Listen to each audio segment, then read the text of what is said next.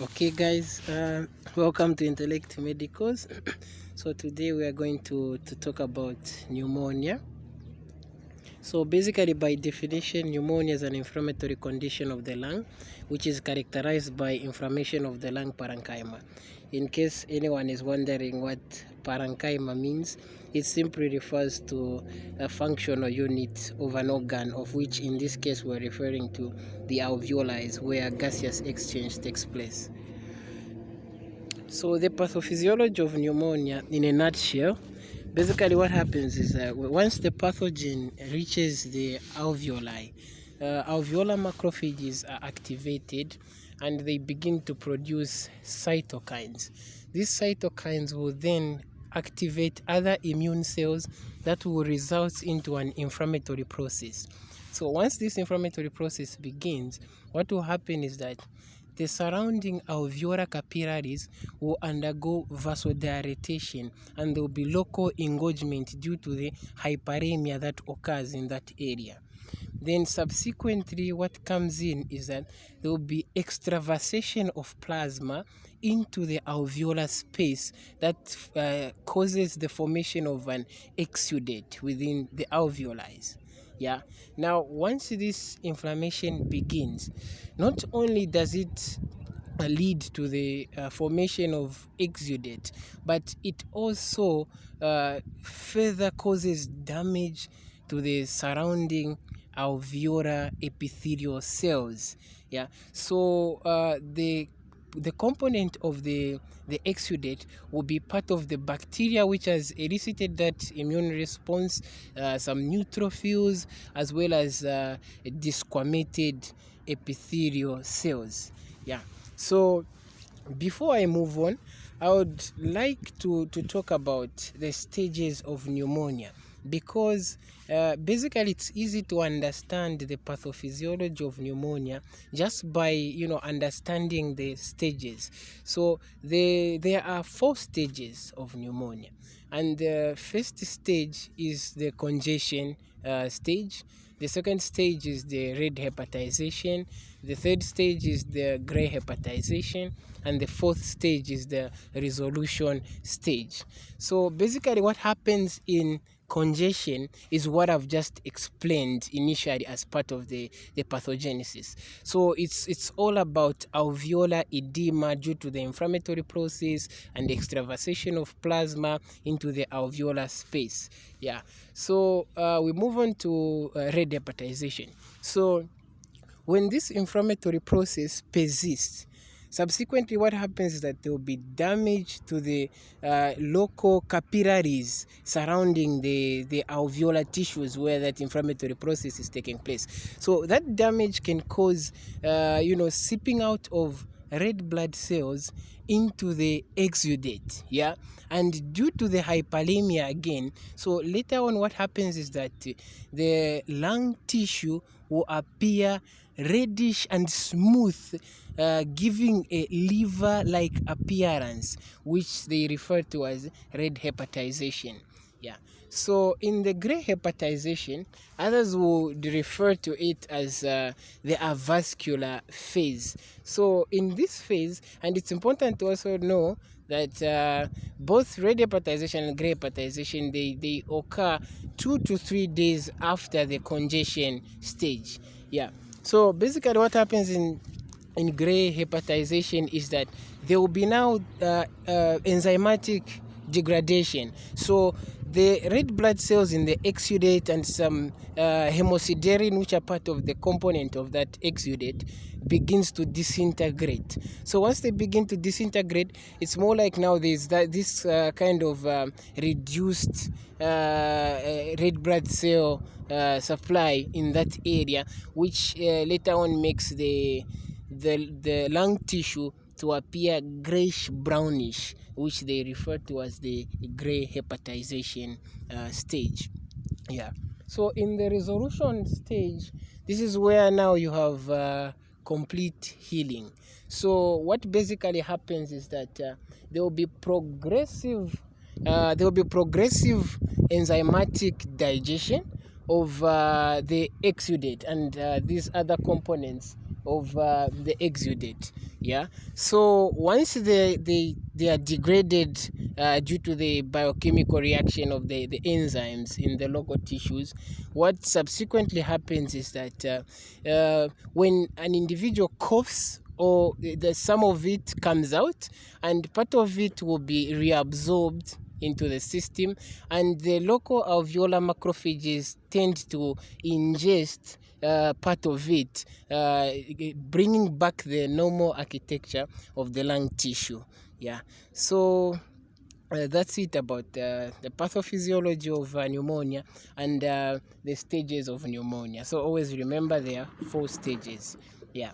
So we move on to the signs and symptoms. So basically, the signs and symptoms of pneumonia, they can be categorized based on the location or the affected organ and the manifestation of that effect. Yeah. So they can be categorized as pulmonary symptoms and extra pulmonary symptoms. But before I delve into the individual components, I would like to make mention that the commonest symptoms of pneumonia are 1, fever, cough, dyspnea, or tachypnea. So, in a special group of individuals, which is the pediatrics, other features that you might get as signifying the severity of the pneumonia can be things such as chest indrawing, nasal flaring, and grunting. So always put those in mind when coming up with a diagnosis, and perhaps deciding based on the admission criteria, which I'll talk about later on. Okay. So in the pulmonary symptoms, we have things such as a cough, which may be productive or not. We have things like dyspnea or difficulties in breathing. We have things such as tachypnea or rapid breathing. We also have things such as chest pain as part of the symptoms, the pulmonary symptoms. So now we can move on to the extrapulmonary symptoms. So I would like to point out that in the extrapulmonary symptoms, I tend to combine even those basic constitutional symptoms of pneumonia. And remember, extrapulmonary symptoms are not diagnostic, and they are not specific of the condition. No wonder it is important sometimes to just split them up. So extrapulmonary symptoms, we have things such as a fever to begin with. Yeah, so there will be pyrexia. Someone can present with tachycardia. Yeah, rapid heart rate or fast heart rate. Someone can present with things like confusion, headache, nausea, yeah, vomiting. The person can present with fatigue, yeah, malaise, yeah. All those features can come in as part of the extra pulmonary symptoms. So before I proceed, I would like to emphasize that whenever you are talking about the signs and symptoms of pneumonia, stretch out to the physical findings on physical examination, yeah, because that's where you get to see some of those signs that signify pneumonia. And basically, just to mention the main ones, uh, on inspection, yeah, on inspection, you're likely to find things such as dyspnea. Yeah, so the patient might be in a respiratory distress state. Yeah, and there might be even asymmetrical chest wall movement. Yeah, and in pediatrics mainly, you get to see things such as nasal flaring and a lower chest indrawing. Yeah, and those are key features in a pneumonia case in pediatrics that will give you a clue of its severity. Yeah, so it is important to understand that. So palpation, basically on palpation, you just deal with, chest expansion, which might be asymmetrical again. Things like vocal resonance, yeah, which will be increased due to the consolidation that makes, sound travels better in a solid medium than in an empty space. So there will be this, increased vocal resonance, yeah. Then on percussion, of course, there will be a dial percussion note, yeah. And in cases of large pleural effusions, you might even get what they call a stony dial percussion note, yeah. Okay. Then on auscultation, remember auscultation, it's important to know. So things such as bronchial breath sounds due to the hashy flow of air into the bronchioles, it can be heard on auscultation. And things such as crepitations, yeah. So someone with a pneumonia can have what they call rails or crackles on auscultation that can also be heard, yeah.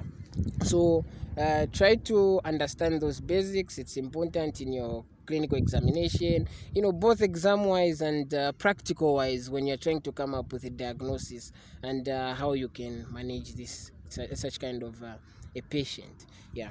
So etiologically, we can categorize the etiology of pneumonia into non-infectious and infectious causes, yeah. So oftentimes when pneumonia is being discussed, the main causative agent or the etiological factors that are brought out are the infectious ones, yeah, of which we have bacterial, viral, fungal, and parasitic causes. And under bacterial causes, we have quite a lot, but to name a few, the common ones and the common cause of bacterial pneumonia is Streptococcus pneumoniae. We also have bacteria such as Haemophilus influenza. We have bacteria such as Staphylococcus aureus, yeah, and rare ones such as Mycoplasma pneumoniae, Chlamydophila pneumoniae, Molazira catarrharis, and Klebsiella can be one of the causes, including Pseudomonas aeruginosa, yeah. So under viral causes, which may be common even in children mostly.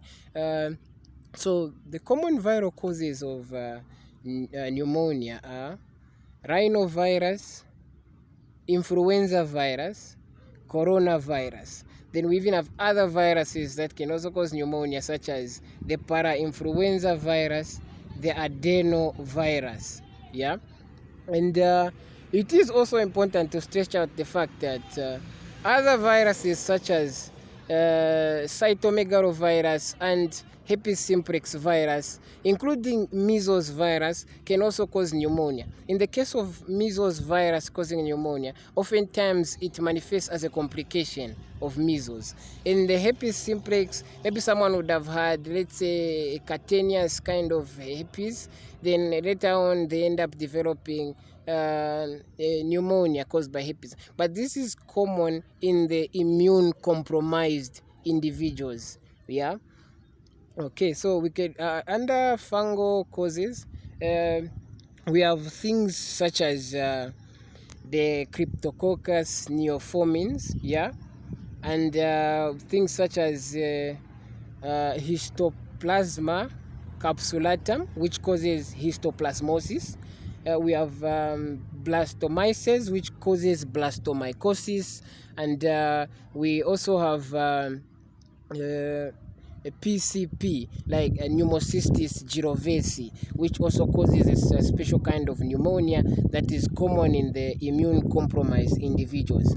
Under parasitic causes, we have things such as Strongyloids stachylorhizis, Ascaris lumbricoid, Toxoplasma gondii, and our famous Plasmodium malariae. So such organisms can also cause pneumonia. However, it is important to understand that these organisms and parasitic, these organisms do not specifically, cause pneumonia. No, but pneumonia occurs secondarily to other sites that are affected by these parasites. Yes. Okay, so now we can move on to modes of transmission. So I would like to summarize, the mode of transmission into just 4, where you have local invasion, aerosol droplets, hematological, and fomites. So in local invasion, basically what happens is just that in the upper airways, you can have this, some exudation that forms there containing mucus, and saliva. Then a small amount of that exudate can be aspirated into the airways, and it can contain significant amount of bacteria that can suffice in terms of causing a pneumonia infection. We also have things such as aerosol droplets. So this one is, of course, it's a common one that people usually think of first when they think of transmission of pneumonia, because you think of things such as coughing, sneezing, containing respiratory aerosol droplets that may be inhaled. They come into contact with your mouth, the nose, or in your eyes. Then you later on develop a pneumonia. So hematological spread, of course, this is just a situation where microorganism causes an infection. Then this infection, spreads via blood from its focal point of origin or of the affected organ to affect other organs, of which in this case it could lead to pneumonia, like in a case of measles. Then later on someone develops a pneumonia. So fomites, contaminated surfaces with saliva. You come into contact with such surfaces, and then you touch your mouth or your eyes. You can end up having a pneumonia as a condition later on. So pneumonia has its special classification as well. So it can be classified epidemiologically, etiologically, anatomically, and clinically. So under epidemiological classification, it deals with where and how the pneumonia was acquired. So when you talk of where and how, this is where you talk of classifications such as hospital acquired pneumonia, which is nosocomial, community acquired pneumonia or CAP, ventilatory associated pneumonia. We also have what they call healthcare associated pneumonia, as well as aspiration pneumonia. So when you get to pay attention to these subtypes, you will discover that actually they are somehow related to how or where this infection was acquired. Hence, that's how the epidemiological classification comes about. So etiologically, basically just looks at the underlying pathogen which has caused this infection. So we have, of course, bacterial pneumonia due to bacteria, viral pneumonia due to virus, fungal pneumonia due to a fungal cause, as well as parasitic pneumonia due to a parasitic cause. So under anatomical classification, it looks at the site which is affected by this infection. So anatomically, they can, and it is important to understand because clinicians often make mistakes in diagnosing pneumonia based on anatomical classification. So that is wrong. Anatomical classification can be used to diagnose pneumonia based on radiological findings. So that's an important point to take. So anatomical classification, we have things such as lobar pneumonia, where a specific lobe of the lung is affected.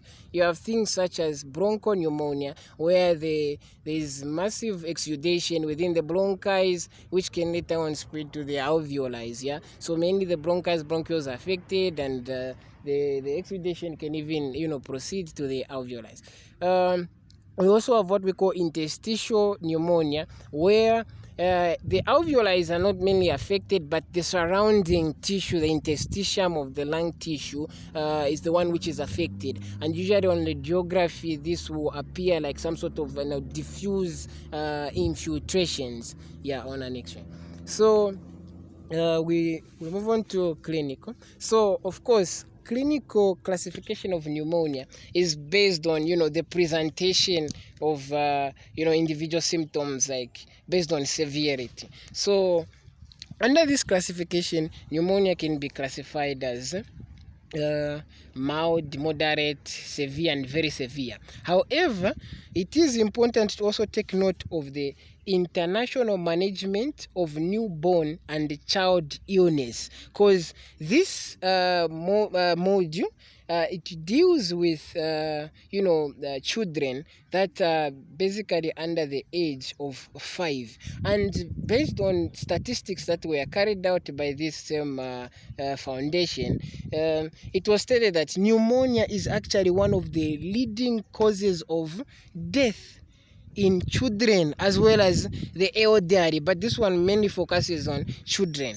So you have to pay particular attention in terms of your diagnosis in pneumonia cases of children. So it categorizes pneumonia based on the features that are present. So they'll classify pneumonia such as non-pneumonia.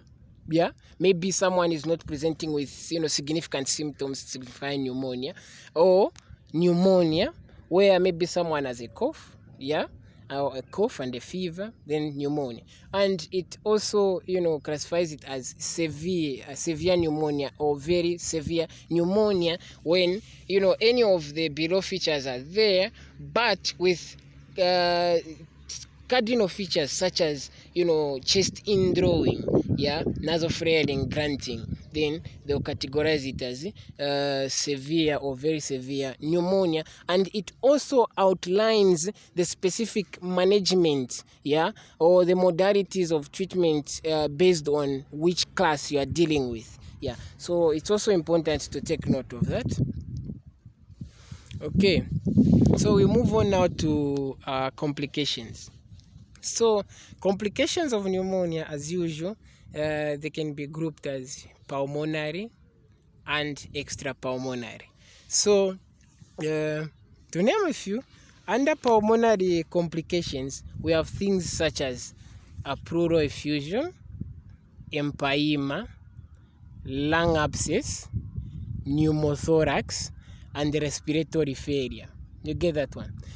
Under extrapulmonary complications, again to name a few, we have things such as sepsis, hypotension, arthritis, meningitis, and renal failure can occur. Even other organs can be affected, such as the liver, leading to hepatitis. Okay. So when it comes to the aspect of management, it is important to look into the laboratory and imaging investigations that you can do. So ideally, the laboratory investigations conducted in a case of pneumonia, they are not always specific, or it's not in all cases that you may get to find the underlying pathogen causing pneumonia. But it is, however, important, because in some cases of pneumonia, one might fail to respond to typical antibiotics.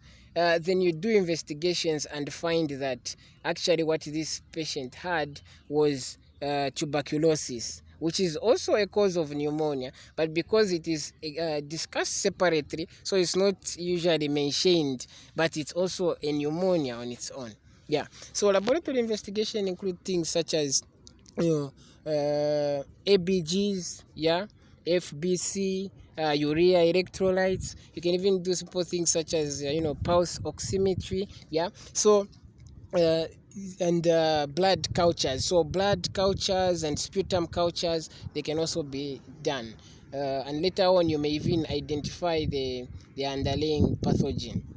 Yeah. So it is important to, however, take note that some of these basic investigations, such as ABGs, urea electrolyte, are cardinal in the sense that in a patient with pneumonia, due to the exudation in the alveoli, the lungs are incapable of carrying out the process of gaseous exchange. So oxygenation becomes impaired, and later on things such as tissue hypoxia, cyanosis can be features that will also come in, and of course acidosis, to be specific, respiratory acidosis, because this is someone who can easily even go into a respiratory distress based on the severity of the pneumonia. So those laboratory investigations are important, Sama.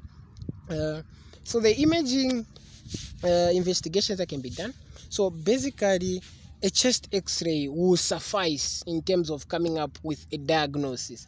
Because in most cases, the diagnosis of pneumonia is clinical. So it will be, it will just depend on, the history, physical examination, yeah, and sometimes even a radiological examination just to guide with the diagnosis. So a chest X-ray will usually suffice coming up with a diagnosis, and in cases of consolidation and pleural effusions as a complication of pneumonia, they can be best appreciated when a lateral X-ray is done, because it will clearly show the obliteration of the costophrenic angles, yeah, those lateral lower sharp edges that appear on the radiography of the lungs. So it can show those, and it can well show the proper demarcation on where and which lobe has been affected in terms of consolidations. Yeah.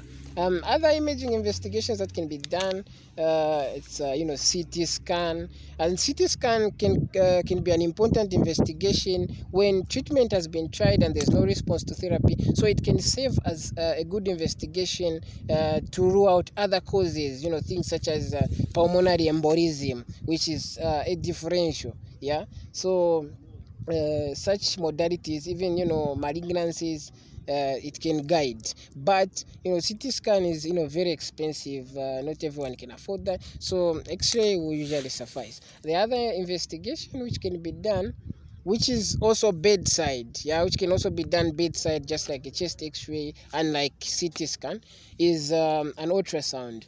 However, an ultrasound requires some specific expertise for you to know how to use it properly and to be able to interpret the results. So oftentimes it becomes difficult to rely on ultrasound, but with specific expertise, it can actually give better results than even a chest X-ray. Yeah. So when it comes to the aspect of treatment, of course, treatment is dependent on the cause. So for bacterial causes, antimicrobials can be prescribed. For viral causes, antivirals. Parasitic causes, antiemetic agents. For fungal agents can be prescribed. So just to talk a bit about the bacterial management. So in a typical case of, let's say, community acquired pneumonia, oftentimes in mild moderate cases, amoxicillin can suffice in terms of treatment as first line. Yeah, though based on the clinical assessment, others might choose to prescribe microrids such as erythromycin, yeah, and azithromycin as first line. Yeah. On the viral aspect, let's say in the case of influenza A and B, there are agents that can be prescribed, though here in our country not readily available. We have things such as limantadine, amantadine, yeah, and oseltamivir, yeah, zanamivir. All those are agents that can help in treat viral pneumonia. Yeah, and in cases of herpes simplex causing pneumonia, acyclovir can be prescribed, or even vanciclovir. In CMV causing pneumonia, the agent that usually helps is ganciclovir. So such agents can be prescribed. Yeah, under fungal pneumonia, the case that I would like to point out, I would just like to point out two treatment modalities for two specific pathogens. So we have cryptococcal neoformins. So that one will usually respond to antifungal agents, yeah, such as amphotericin B, yeah, and flucytosine, yeah, including fluconazole if those are not readily available, of course in higher doses. In a case of PCP pneumonia, remember that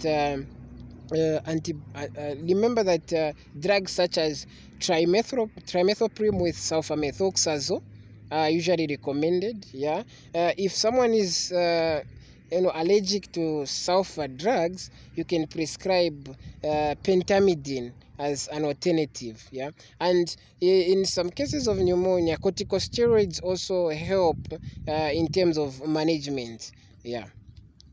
Okay. Okay, so now we've come to our conclusion. Yeah. Okay, so basically, the duration of pneumonia is, within just a few weeks, but sometimes it can, persist based on certain prognostic factors, and some of these prognostic factors are, the virulence of the underlying pathogen. Yeah, and things such as, the amount of that pathogen that caused the disease. Yeah, and things such as, and most important, the immune status of that patient. Yeah, so I've pressed the curb 65 here because it's also important. You may be assessed in your clinicals for students to talk about the admission criteria of pneumonia. So whenever you hear someone talk about the admission criteria of pneumonia, talk about the curb 65. So this curb 65, it stands for, C is for confusion, U is for urea greater than 7 millimoles per liter. The R is for respiratory rate, which is above 30 breaths per minute.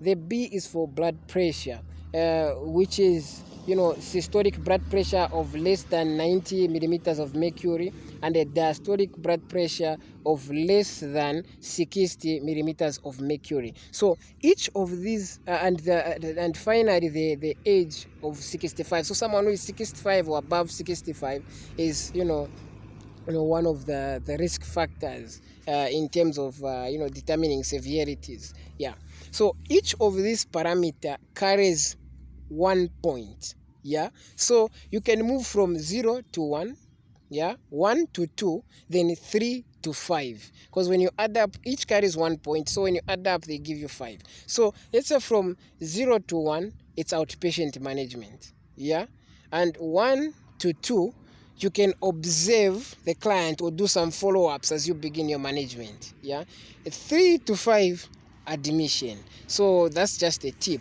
I've also included the IMNCI classification, of course the integrated management of newborn and childhood illness. So this one, it's an interesting article on its own, which if you have interest you can check it out. It looks at children under the age of 5 and the conditions that mainly affect them, or the main causes of mortality in these age groups. And one of the causes is of course pneumonia, and we even have other things such as diarrhea, malnutrition, malaria, such conditions. Yeah, so it's an important article for exam purposes, and perhaps even just knowing which conditions that require expertise, knowledge and understanding in terms of treatment. Okay, so we've come to the end of this tutorial. I hope you've liked it, Of course, I'll mention something here because this is our first tutorial, and I was trying to see how efficient we can try to be making these tutorials to help both clinical wise as well as exam wise. Yeah. So since this is our first tutorial, if there are any suggestions that you have that can make our next tutorials to be more efficient and effective, please drop the comments in the comment section, and I'll put it into consideration.